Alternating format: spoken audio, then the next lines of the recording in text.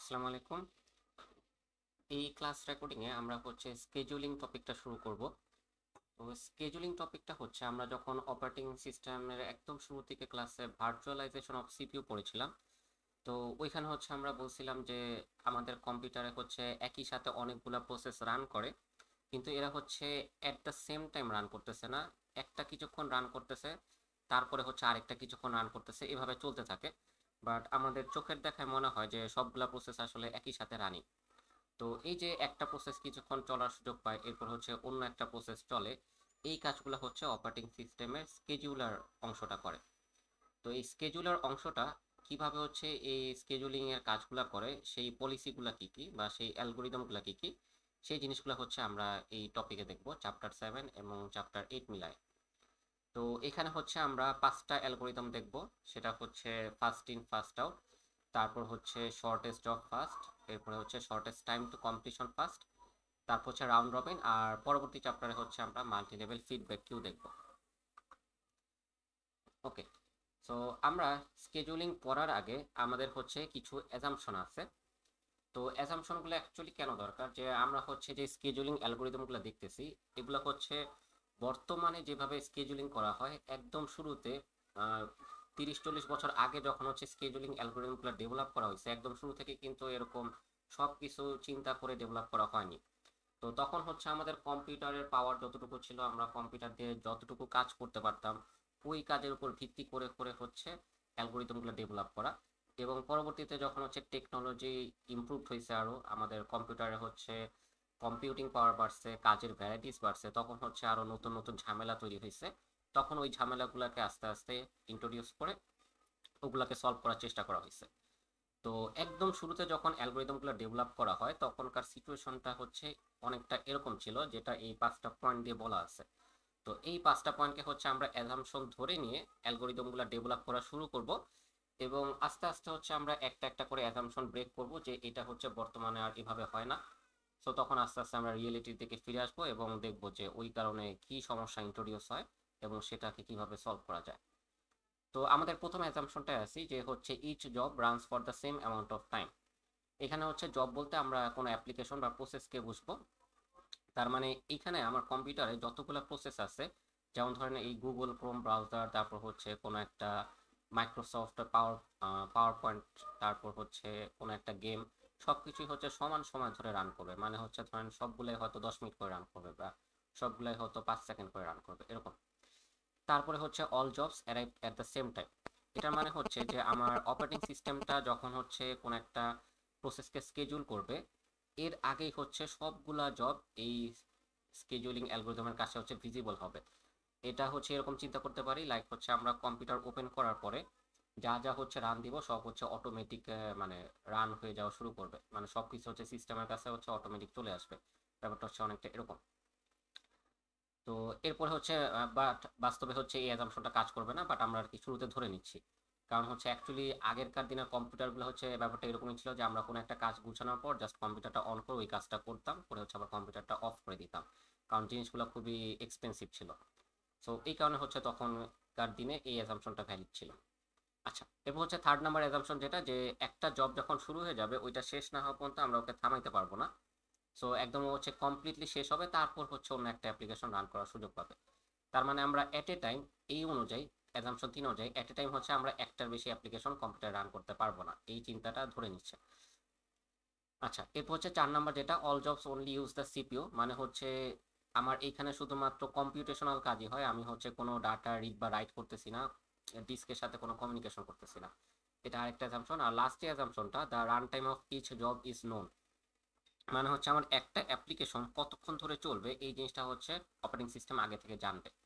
তো আগেরকার দিনের অ্যাপ্লিকেশন বলতে আসলে কি ছিল, যে কোনো একটা কম্পিউটেশনাল কাজ বা কোনো একটা ম্যাথমেটিক্যাল কাজ হচ্ছে করা হইতো কোড লিখে। তো ওই ক্ষেত্রে হচ্ছে কোডটা রান দেওয়ার পর প্রত্যেকটা ইনস্ট্রাকশন এক্সিকিউট হইতে কতক্ষণ সময় লাগে, আর ওইখানে টোটাল কয়টা ইনস্ট্রাকশন আছে, ওই জিনিসগুলো ক্যালকুলেট করে রান টাইম হচ্ছে আগে থেকে জানা যেত। বাট এখনকার দিনে তো হচ্ছে একটা অ্যাপ্লিকেশন কতক্ষণ চলবে এটা অনেকটা ইউজারের সাথে ডিপেন্ডেন্ট। তো এখন হচ্ছে ওইসব কিছু আর আগে থেকে জানা যায় না, বাট তখনকার দিনের জন্য এই অ্যাজাম্পশনটা একটু ভ্যালিড ছিল। বাট পরবর্তীতে আমরা দেখবো এই অ্যাজাম্পশনটা যদি না থাকে তাহলে কিভাবে এই জিনিসগুলো করা যায়। তো মোটামুটি হচ্ছে এই 5টা অ্যাজাম্পশন নিয়ে আমরা হচ্ছে অ্যালগোরিদমগুলো দেখা শুরু করব। এবং আস্তে আস্তে দেখবো যে সবগুলো অ্যাজাম্পশনই আমরা ব্রেক করে করে আস্তে আস্তে রিয়েলিটির দিকে ফিরে আসতে পারতেছি। ওকে, সো এখন আমরা যে স্কেজুলিং অ্যালগোরিদমগুলো পড়বো, এখন স্কেজুলিং অ্যালগোরিদম কোনটার পারফরমেন্স ভালো সেটা আমরা কিভাবে জাজ করব। যেমন হচ্ছে আমরা ডাটা স্ট্রাকচার অ্যালগোরিদমে একটা অ্যালগোরিদম কতটুকু ভালো সেটা হচ্ছে টাইম কমপ্লেক্সিটি বা স্পেস কমপ্লেক্সিটি দিয়ে হচ্ছে চেক করতাম। তো সিমিলারলি স্কেজুলিং এর ক্ষেত্রে অ্যালগোরিদমটা কতটুকু ভালো হবে সেটা হচ্ছে মেজার করার জন্য যে মেট্রিক সেটাকে বলতেছি হচ্ছে টার্ন অ্যারাউন্ড টাইম। তো টার্ন অ্যারাউন্ড টাইমটা হচ্ছে যে আমার একটা প্রসেস সিস্টেমে যখন প্রথমবার আসতেছে আর একটা প্রসেস যখন হচ্ছে কমপ্লিটলি রান করে গেছে, এর মাঝখানে যে টাইম গ্যাপটা সেটাই হচ্ছে আমার টার্ন অ্যারাউন্ড টাইম, টি কমপ্লিশন মাইনাস হচ্ছে টি অ্যারাইভাল। তো এটা যদি হচ্ছে আমরা একটু ডায়াগ্রাম দিয়ে দেখি, যে আমরা হচ্ছে একটা প্রসেস ডায়াগ্রাম করছিলাম আগে। তো ওইখানে ডায়াগ্রামটা কি ছিল যে একদম শুরুতে হচ্ছে আমাদের এমব্রায়ো স্টেট থাকে, এই এমব্রায়ো স্টেট থেকে হচ্ছে রিসোর্স অ্যালোকেশনের পর আমার প্রসেসটা হচ্ছে রেডি স্টেটে আসে। তাহলে এই যে রেডি স্টেটে আসলো এটাই হচ্ছে প্রথমবার সিস্টেমে একটা প্রসেসের আসার সময়। তাহলে এই ট্রানজিশনের যেই সময় হচ্ছে তাকে আমরা হচ্ছে টি অ্যারাইভাল বলতেছি। তো এরপর হচ্ছে প্রসেসটা রান করে, রান করার সময় হচ্ছে স্কেজুল হয়, স্কেজুল হয়ে সেটা হচ্ছে রানিং স্টেটে যায়। তো এরপর হচ্ছে আবার ডিস্কেজুল হয়ে তখন রেডি স্টেটে আসে। তো এরকম হচ্ছে আমরা দেখছিলাম এবং ফাইনালি এক সময় যে সেটা হচ্ছে শেষ হয়ে জুম্বি স্টেটে যায় বা ফাইনাল স্টেটে যায়। তো এই যে হচ্ছে যখন ফাইনাল স্টেট বা জুম্বি স্টেটে যাচ্ছে রানিং স্টেট থেকে, সেই সময়টাকে হচ্ছে আমরা বলতেছি টি কমপ্লিশন। ঠিক আছে, তাহলে হচ্ছে আমাদের টি অ্যারাইভাল হচ্ছে যখন প্রসেসটা এমব্রায়ো স্টেটে যে সব রিসোর্স অ্যালোকেশন করা কমপ্লিট হইলে রেডি স্টেটে আসে, সেই ট্রানজিশন পিরিয়ডটাকে বলতেছে হচ্ছে অ্যারাইভাল টাইম। আর যখন হচ্ছে প্রসেসটা বারবার স্কেজুল ডিসকেজুল হয়ে একদম রান টান করা শেষ করে যখন জুম্বি স্টেটে যায়, এখানে জুম্বি বানানটা ভুল লিখছি। আচ্ছা, যখন হচ্ছে জুম্বি স্টেটে যায় তখন হচ্ছে যেই টাইম পিরিয়ডটা হয় সেটাকে বলতেছি আমরা টি কমপ্লিশন। এই মাঝখানের যে গ্যাপটা, এই গ্যাপটাকে হচ্ছে আমরা বলবো turn around time. So turn around time হচ্ছে টি কমপ্লিশন মাইনাস টি অ্যারাইভাল। ওকে, তো এই সবগুলো অ্যাজাম্পশন মেনে নিয়ে আমরা হচ্ছে প্রথম যে অ্যালগোরিদমটা দেখতেছি সেটাকে বলতেছি ফার্স্ট ইন ফার্স্ট আউট অথবা ফার্স্ট কাম ফার্স্ট সার্ভ। তো এটা হচ্ছে অনেকটা কিউ এর মতো চিন্তা করেন, যে কিউতে হচ্ছে প্রথমে যে আগে আসে সে হচ্ছে আগে সার্ভিস নেওয়ার সুযোগ পায়, যে পরে আসে সে পরে সুযোগ পায়। তো অনেকটা ওইটার মতো। তো এখানে হচ্ছে আমরা ধরলাম যে আমাদের তিনটা জবস আছে এবং হচ্ছে এরা একই সময় সিস্টেমে চলে আসে। আমাদের যে অ্যাজাম্পশন 2 ছিল, অ্যাজাম্পশন 2 অনুযায়ী হচ্ছে ওরা একই সময় সিস্টেমে চলে আসে। সো সেই ক্ষেত্রে আমাদের হচ্ছে এই যে তিনটা প্রসেস আছে, এই তিনটা প্রসেসের মধ্যে আমরা হচ্ছে এ কে আগে রান করার সুযোগ দিছি, তারপর বি কে, তারপর সি কে। আর আমাদের যে হচ্ছে প্রথম অ্যাজাম্পশনটা আছে, প্রথম অ্যাজাম্পশন অনুযায়ী দেখেন যে আমাদের প্রত্যেকটা প্রসেস হচ্ছে সমান সময় ধরে রান করবে। এই কারণে হচ্ছে আমাদের প্রত্যেকটা প্রসেসের যে রান টাইমটা সেম, প্রত্যেকটাই হচ্ছে 10 সেকেন্ড করে রান করার সুযোগ পাইছে। আর এরপরে হচ্ছে আমাদের যে থার্ড অ্যাজাম্পশনটা ছিল যে একটা প্রসেস একবার রান করা শুরু হয়ে গেলে ওইটা শেষ না হওয়া পর্যন্ত ওকে আর থামানো হবে না। এই জন্য দেখেন একটা প্রসেস হচ্ছে রান করা শুরু হয়েছে, শেষ না হওয়া পর্যন্ত ওকে আর থামানো হয় নাই, শেষ হওয়ার পরে অন্য একটা প্রসেস রান করার সুযোগ পাইছে। তো আমি সাজেস্ট করবো হচ্ছে এই অ্যালগোরিদমগুলো দেখার সময় আপনারা হচ্ছে অ্যাজাম্পশনগুলো একটু খাতায় লিখে নিন, তাহলে হচ্ছে রিলেট করতে সুবিধা হবে আমি যখন রেফারেন্স দিতেছি। ওকে, তাহলে এর ভিত্তিতে আমরা যদি হচ্ছে এবার টার্ন অ্যারাউন্ড টাইমটা হিসাব করি, তাহলে প্রসেস এ সে হচ্ছে প্রত্যেকটা প্রসেসই হচ্ছে আমার সিস্টেমে আসছে 0তম সেকেন্ডে, ঠিক আছে, কিন্তু হচ্ছে এক একজন এক এক সময় রান করার সুযোগ পাইছে। তো প্রথম প্রসেসটা শেষ হয়েছে 10 সেকেন্ড সময়, ওর জন্য হচ্ছে টার্ন অ্যারাউন্ড টাইম 10। দ্বিতীয় প্রসেসটা শেষ হয়েছে 20 সেকেন্ড সময়, বাট সিস্টেমে আসছিল হচ্ছে 0তম সময় সেকেন্ডে। এই কারণে হচ্ছে এইখানে কমপ্লিশনের যে গ্যাপটা সেটা হচ্ছে 20 সেকেন্ড, তাহলে ওর জন্য টার্ন অ্যারাউন্ড টাইম হচ্ছে 20। আর সি শেষ হয়েছে হচ্ছে 30-এ এবং সেটা সিস্টেমে আসছিল 0তম সেকেন্ডে, এই কারণে টার্ন অ্যারাউন্ড টাইম হচ্ছে 30। এটা যদি আমরা অ্যাভারেজ করি তাহলে হচ্ছে অন অ্যাভারেজ এই অ্যালগোরিদমের ভিত্তিতে এই তিনটা প্রসেসের জন্য আমার হচ্ছে 20 সেকেন্ড করে সময় লাগতেছে একটা প্রসেস কমপ্লিট করতে। তো এরপর যদি হচ্ছে আমরা একটা অ্যাজাম্পশন ব্রেক করে একটু রিয়েলিটির দিকে ব্যাক করি, যে each job runs at the same runs for the same amount time, এটা আমাদের প্রথম অ্যাজাম্পশন ছিল। এই অ্যাজাম্পশনটা হচ্ছে আমরা এখন রিল্যাক্স করলাম, যে এখন হচ্ছে ধরে নিচ্ছি যে আসলে হচ্ছে প্রত্যেকটা অ্যাপ্লিকেশন সমান সময় ধরে রান করে না, কোনোটা কম সময় রান করবে, কোনটা বেশি সময় রান করবে, এখন হচ্ছে এটাই স্বাভাবিক। তো এটা যদি হয় তাহলে কি ঝামেলাটা আসে ফিফো অ্যালগোরিদমে। তো এখানে যে ঝামেলাটা হয় যে আমরা প্রথমে যে প্রসেসকে রান করার সুযোগ দিছি, সেই প্রসেসটা যদি অনেক বড় প্রসেস হয় এবং পরে যদি হচ্ছে ছোট ছোট প্রসেস থাকে, তাহলে এই ছোট প্রসেসগুলা এই বড় প্রসেসের জন্য দেখেন অনেক পরে যে রান করার সুযোগ পায়, যে ওদের হচ্ছে শেষ করতে মাত্র 10 সেকেন্ড লাগতো, কিন্তু ওরা যেহেতু অনেক পরে রান করার সুযোগ পাইছে এই কারণে ওরা হচ্ছে 110তম সেকেন্ডে যে বি প্রসেসটা শেষ হয়েছে।